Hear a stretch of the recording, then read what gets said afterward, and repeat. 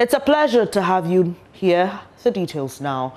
4 AYALOLO buses have been burnt in a fire outbreak at the Ashanti Regional Workshop of the State Transport Company, that's the STC, in Kumasi. An eyewitness, PA Eduse, says the fire engulfed the buses at about 10:20 p.m. Wednesday, few hours after the drivers had parked and left. JoyNews' camera technician, Kofi Asare, was at the scene and filed this video report.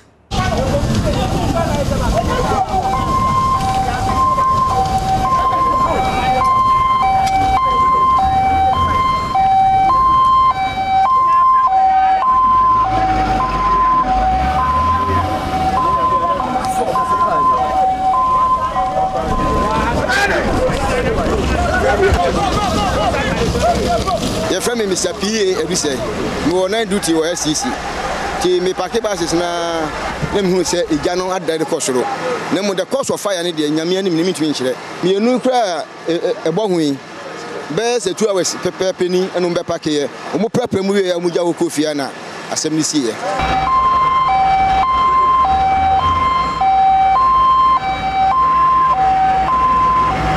My name is Assistant Division Officer Grade 1 Bernard Midday, the acting commander for Asukwa Municipal Fire Station. Around 10:20 thereabouts this evening, we had a distress call that there has been a fire involving STC yard here at Oforukrom. And when we got here, we realized that a fleet of AYALOLO buses had been involved in fire. So what we did was that we tried our best to cut the fire from spreading to the other buses that were not involved in the fire. You were counting about 62 of them, and only 4 of them have been affected by the fire now. So what we are saying is that we are yet to launch investigation into the cause of the fire. From tomorrow morning, we'll be able to tell you the cause of the fire.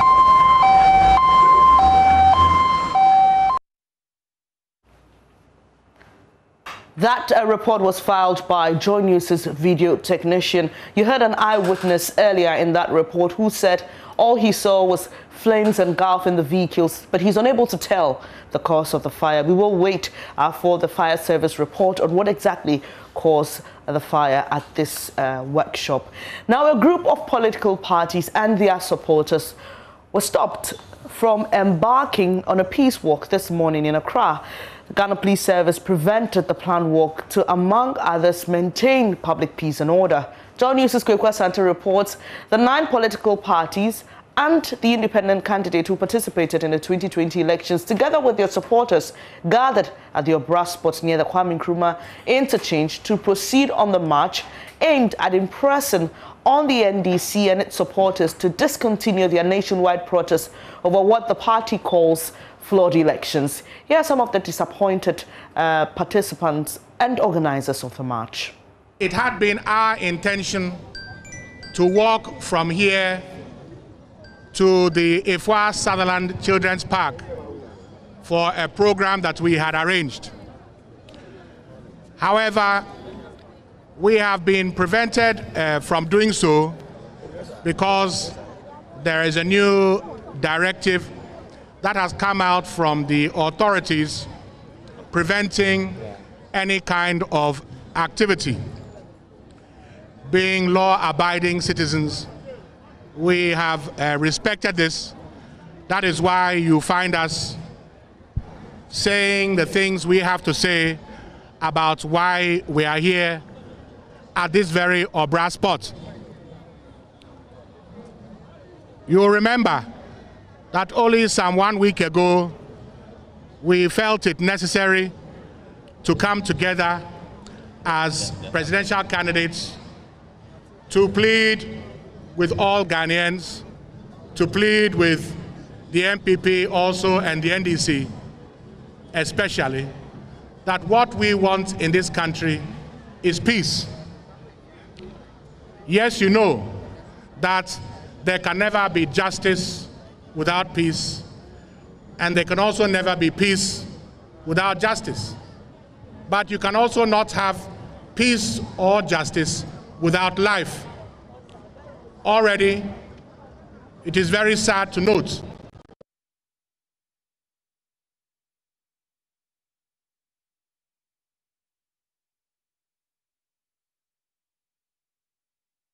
unfortunate for someone to lose by voting.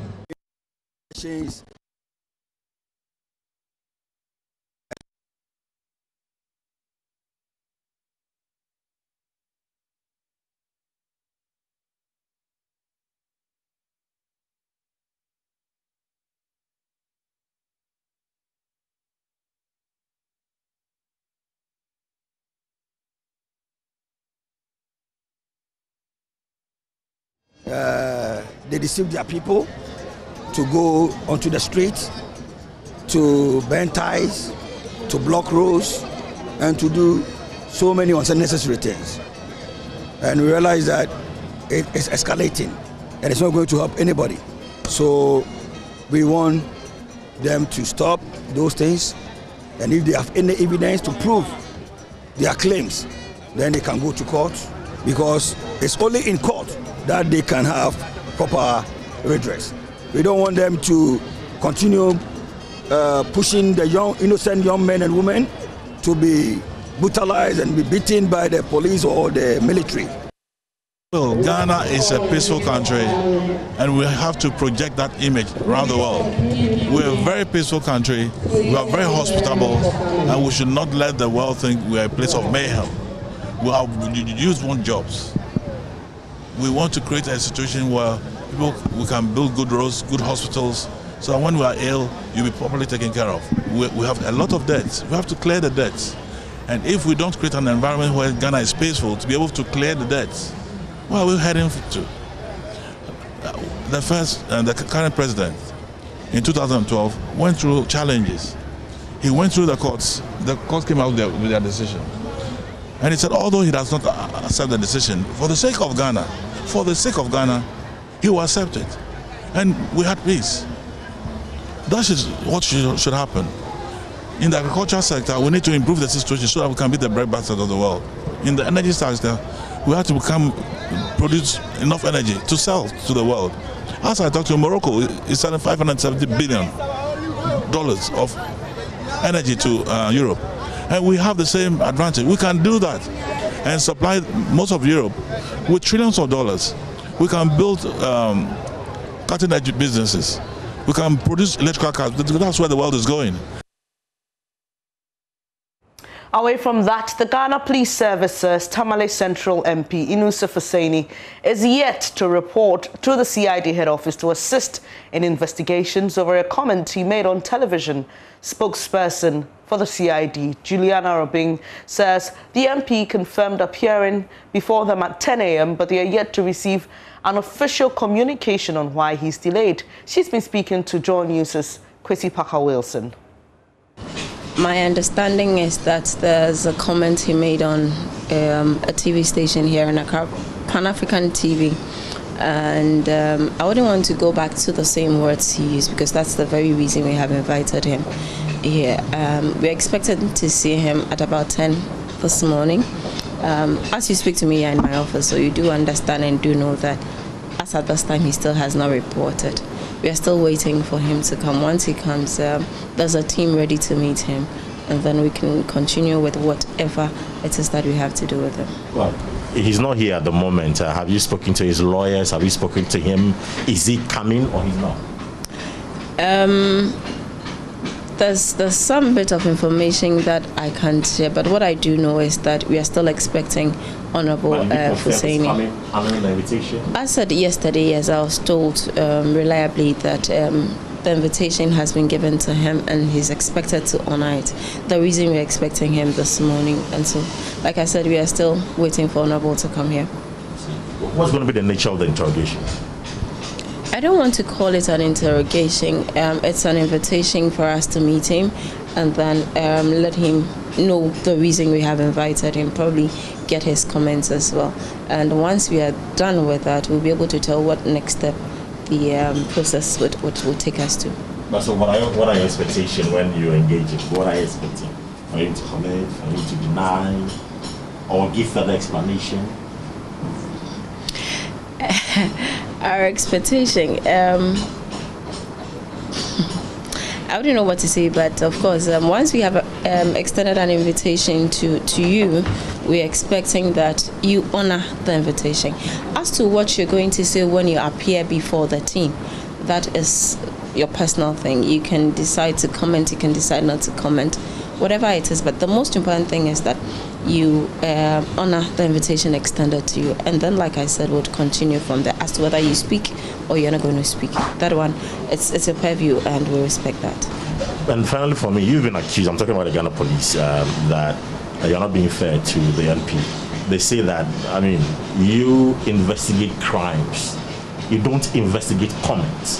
So what really is in this comment that the police seeks to investigate with regards to what Honorable Eunice Afuseni said? I do not know where you picked those words from, but you do agree with me that comments do constitute crime, depending on where you say it. And so let us not go into that bit that will lead us to exactly what crime he has committed. For now, let's just concentrate on the fact that, yes, an invitation has been extended to him. We're expecting that he honors the invitation. Let's go live now to Kwesi Parker-Wilson. He's been around the CID headquarters, still stationed quite close to the area, trying to monitor events there for us. Kwesi, what's the latest?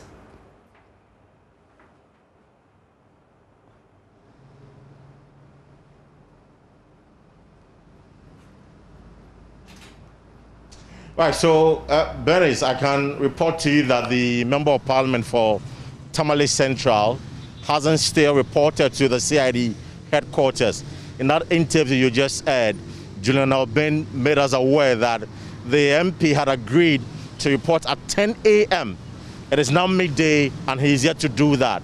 Already the police personnel or security personnel here have mounted barricades right in front of the CID headquarters, waiting for the NP and his team.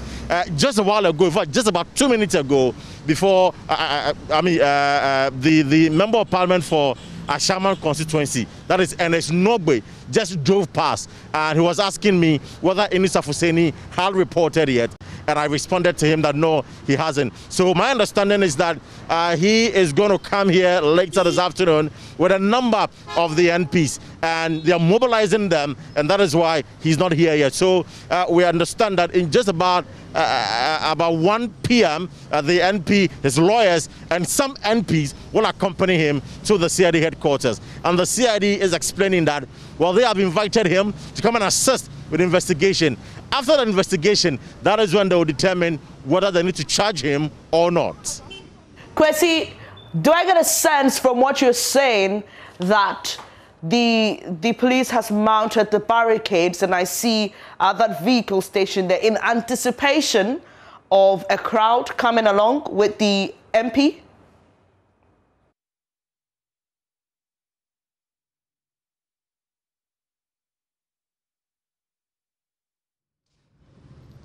Well, that's correct. Just yesterday when we received the invitation letter inviting the NP to appear before the CID today, some leading members of the NDC called on their supporters. In fact, the one I can readily call is the Deputy Youth Organizer, Adam Agbana, who posted on his Facebook wall that tomorrow all supporters of the opposition NDC should join them and come with the NP to the CID headquarters. The police says they have picked up information that there could be some supporters of the NDC massing up here, and that is why they have mounted the barricade.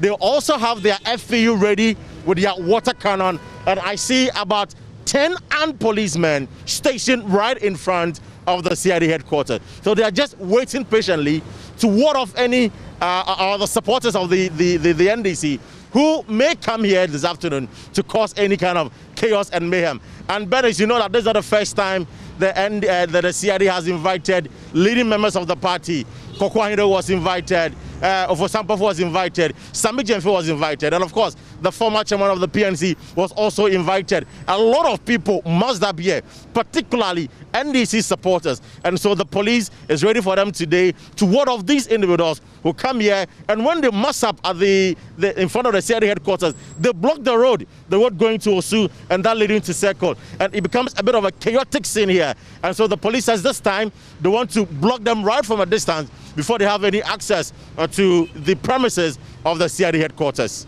Kwesi Parker-Wilson, we'll leave it here, but that's my colleague, Kwesi Parker-Wilson, stationed very close to the police headquarters. As you see there, he'll be stationed there monitoring events for us. This is still your election headquarters.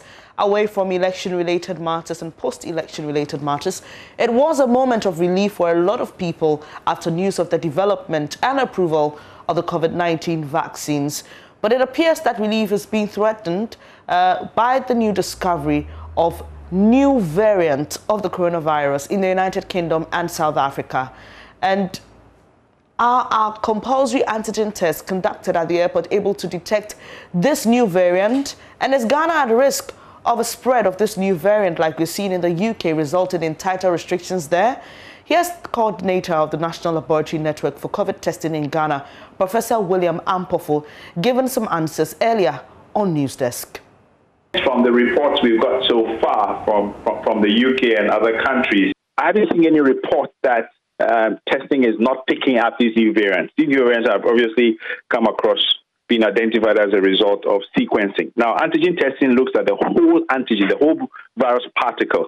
And from what I gather, since the new variant was discovered in the UK, we're still picking up positives coming from UK and other countries. So I think the antigen testing that is in place is able to pick up the new variant as well. To be direct, this is a new virus, and respiratory viruses tend to change over time. I'll give you an example, influenza. So we have a problem with influenza virus because it keeps on changing each year. So the vaccines actually change each year. The vaccines are designed against the most recent circulating strain. We've been able to sequence over 90 SARS-CoV-2 virus previously up to the end of November. This is in the international database. And so we're looking with colleagues at the West Africa Center for Infectious Cell Biology, WAFIC, and Noguchi. We're looking at some of the virus sequences that we've had up to November, and we've not been able to find a new variant. So I've just spoken to colleagues at KCCR, Kumasi Center for Research Tropical Medicine, and also at University of Allied Health Sciences in Ho. And all these groups are now looking at recent samples that have come into the country in December related to travel. We're going to check and see if this new variant is present. And we hope that this data should be available in a couple of weeks.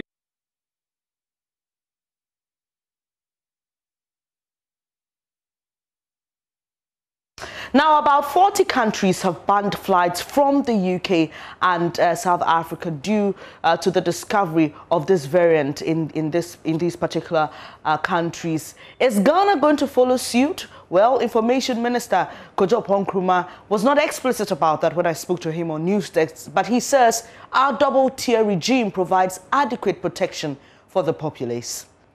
Law enforcement, when it comes to COVID preventive protocols, has not been as sharp as we would desire.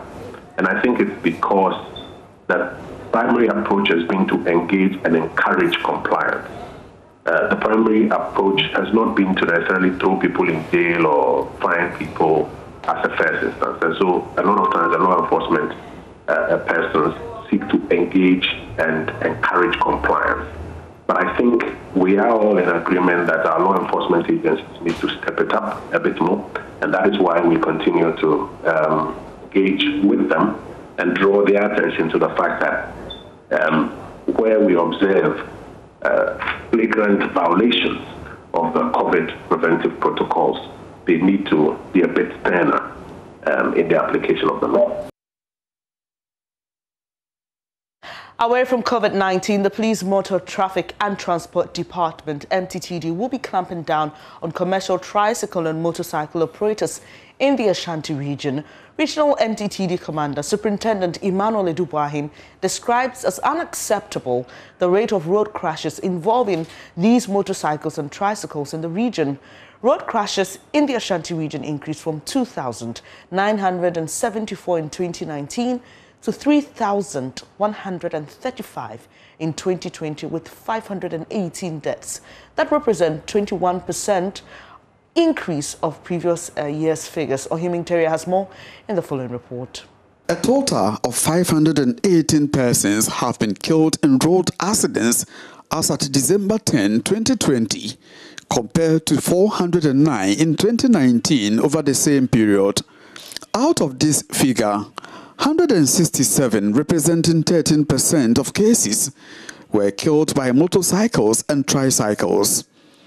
Mr. Edubuahin tells JoyNews the police will strictly enforce road traffic regulations, including a series of sensitization campaigns to educate the public on the menace. From January 1st to 10th December 2019, we recorded 2,974 cases in Ashanti region alone. And then this year, we would have expected that because of the COVID and the knockdowns and the restrictions that came thereof, that the traffic crashes will also reduce. Unfortunately, we have recorded 3,137 crashes within Ashanti region. We cannot be proud of this figure. 2019, same period, 409 people lost their lives. And this year, same period, 518, which is alarming. So how long shall we sit down for the innocent soul to be lost on these preventable crashes? That is why we are here today, once again, to join my sister to sensitize the public, both the pedestrians, the drivers, the passengers, and everybody, so that we all come together, including the media, to make sure we all arrive alive. And we are not doing the education alone. Whilst we are doing the education, then we also back it with enforcement. Accidents involving motorbikes and motorcycles in the Ashanti region increased by 20%, from 872 cases in 2019 to 1,017 in 2020. Out of 518 persons killed, 420 were males, while 97 were females. The police MTTD has been meeting leadership of transport unions at Tech Junction and other lorry terminals as part of an educational drive ahead of the Eurotide. Mr. Edubuahin wants all hands on deck to reverse the trend. In 2019, we had 872, which was 18% of the total number of crashes. This year, it has increased to 1,017, which also represents 20% of the total number of crashes. 20% is not a small figure. That is why we have been hammering on these tricycles and motorbike users. We are not saying that people should not use them, but if you're using the motorbike either as a rider or pillion rider, you put on your protective gear. You also put on your crash helmet. And I want to caution those of us who are fond of using this tricycle as passengers. The vehicle is not constructed in a way that it is comfortable and it is safe to be used as commercial vehicles.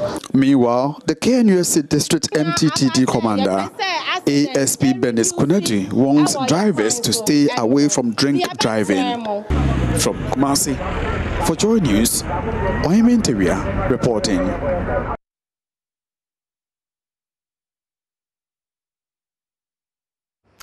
It's the eve of Christmas. Let's do some Christmas stories now. Perhaps you might have been fortunate enough to have received a card during the Yuletide.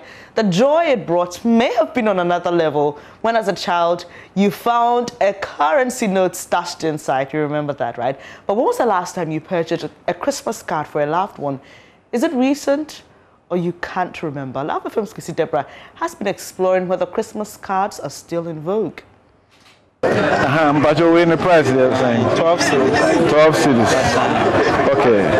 It brings the things that mean the most to you. Have a great time. Wow. Wow, wow, wow.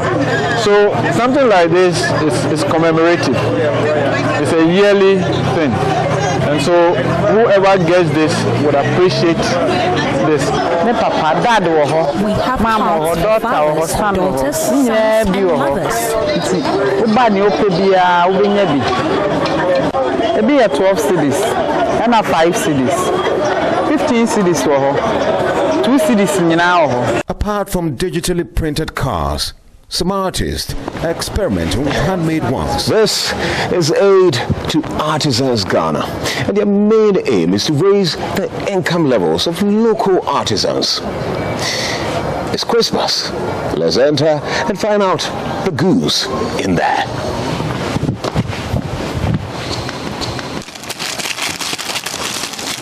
I'm the branch manager of Aid to Artisan Ghana. This card is from Philip Opuni. It depicts the true culture of an African warrior. And this is also the Jinyame symbol. The Jinyame symbol is the supremacy of the Almighty Father. You buy them and then you can write maybe Christmas message, I love you, missing you, whatever you want to write inside. The cards, in fact, they are not expensive. We have these ones going for 10 cedis, the rest going for 5 cedis. Some are 10 cedis, some are 12 cedis, some are even 2 cedis. I got this card from my uncle some 12 years ago. I see Deborah. Mona Lisa. Yeah, that's a card from my uncle. Christmas card. More than a decade old. That's just very classic. thoughtful of him. That's classic. Received any card for anybody before?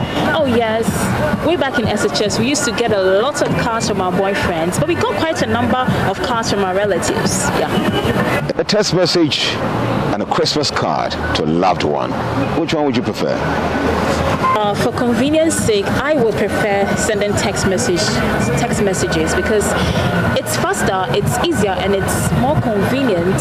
With as little as 10 Ghana cedis worth of bundle, you can forward to so many people as compared to having to buy cards, 15 worth of cards for Kofi, for Amma, for mom, for dad.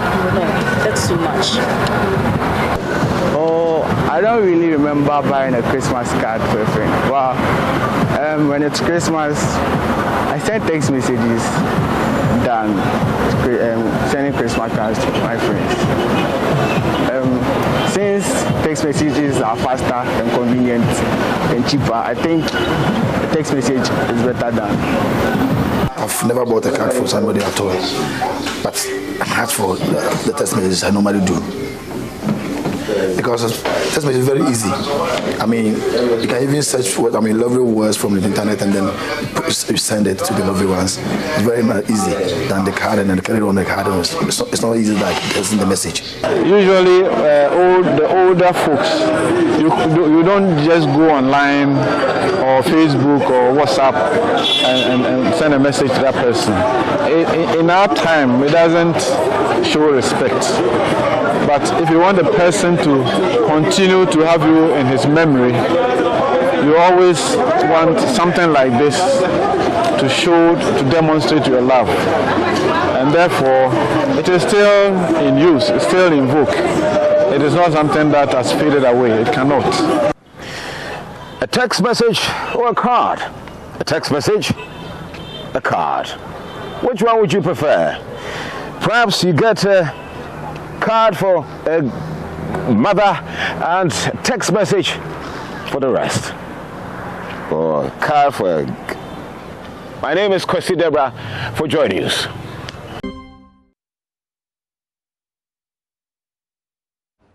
Time for business news now, and EcoBank Ghana has renewed its commitment to the Accra Beautification Project as part of its 30th anniversary celebration. The project was launched last year in collaboration with the Accra Metropolitan Assembly and Jandel Limited, with the aim of lighting up some principal streets of the capital to set the tone for Christmas. This year's edition is dubbed Light Up the City 2020. There's more in the following report. Now, in partnership with both international and local organizations, has embarked on several projects over the years towards achieving environmental goals with positive impact. The Light Up Accra project, which is powered by Jandel Limited, is one of such projects the bank has pledged its continuous support to. In his remarks, Managing Director of EcoBank Ghana and Anglophone West Africa, Daniel Saki, says his outfit's continuous support to the initiative is part of efforts to improve financial inclusion in the country. As banks, we also say that we have a role to play when COVID struck. Today, virtually all our partner banks are able to provide financial institutions. Our clients are able to access those services from the comfort of their homes and offices without coming into the bank. This has been made possible by the investment that we've all put in, and that is the spin-off is what we are seeing by way of the support to the community. So yes, we've had a role to play. Yes, we've supported our communities. Yes, we've supported our clients through the difficult period of COVID. At the end of it all, we say we are thankful that we are alive. And we view this on behalf of the partner institutions as our little contribution to fostering financial inclusion and general harmony as we help to build a cash-light economy. On her part, the Chief Executive Officer of Jandel Limited, Afi Amoru, says the project will go a long way to improve tourism and create jobs. Mayor of Accra, Mohammed Ejaisowa, says he is committed to improving the monotony of making Accra a vibrant place. It may be vague, but pregnant with a lot of ideas, and it keeps coming. We started off by wanting to green the whole of Accra open spaces. Indeed, we had support from the private sector, and EcoBank is one of them. It's a long journey, and we've been challenged whether it will be feasible, because any idea that we had, there are naysayers who tells us that this is Accra and this is Ghana. Forget it. But the more they say forget it, the more we are challenged that we can do it.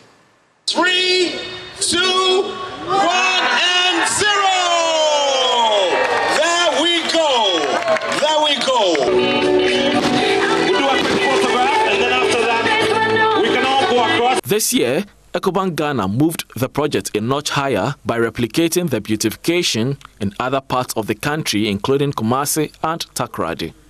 The project has gained high visibility with improved support from the private sector.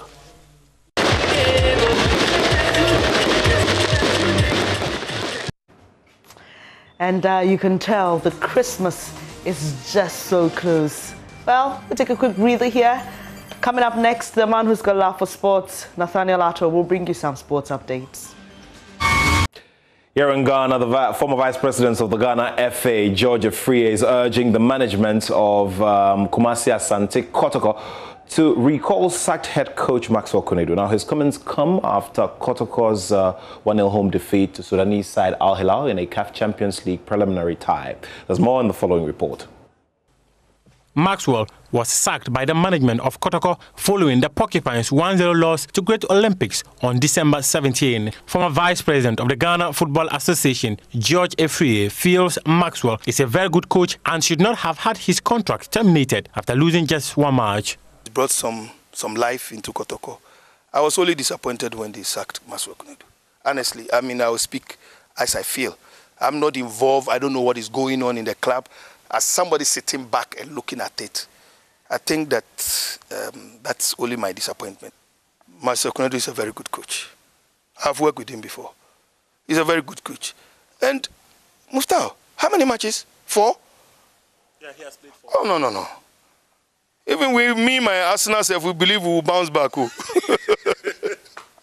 My Arsenal self, we believe we will bounce back. So you think it was too early? No, Maxwell is a very good coach. He's a huge I mean, you see, if you take the old coaches, the Sapons, the Bashir Hayford, who else? Those old ones, Dauda Lutrod. If you take them out, the new face, the young ones coming, the Salas crowd will put him because Salas is old. He's not too young like that. So if you take them out, the new face of our coaching is the Masua Kunedus, the Tanko Ibrahim, the CK Akonos. Those are the ones we have now. My own coach, Emmanuel Bule. Let me add my coach to it. He's a very good coach. So, you see, these young ones, Coach Emisa, or formerly of us, Elmina Shaks, they are all young, Nana and the Sinasima. There are some young up-and-coming coaches in the system that, for me, I think even Dream's own, Domon, good, fantastic young man. So I'm saying that Maswa is a very, very good coach. So I don't know what actually necessitated the sack. I'm not in Kotoko, so I will not be privy to the information. But personally, if you ask me, Maswa Kunadu is a good coach. If Kotoko can still recall him, they should recall him back. Mr. Afriye also had reservations about the decision of Kotoko to participate in the CAF Interclub competition this season. Well, Nanaya made a case for it, so let's respect that. He made a case for it. Let's respect that. We don't need to have a counter. He's the CEO. He made a case for it. Let's respect it. The current crop of Kotoko group of players, you think they can make it in Africa? I have my reservation on some players, but I won't mention the names. Kotoko suffered a 1-0 loss to Al Hilal at the Accra Sports Stadium on Wednesday.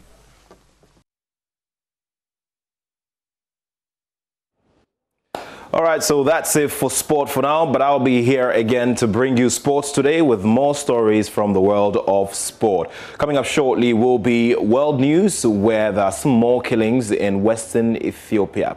That's it. My name is Nathaniel Atto, and I have love for sport.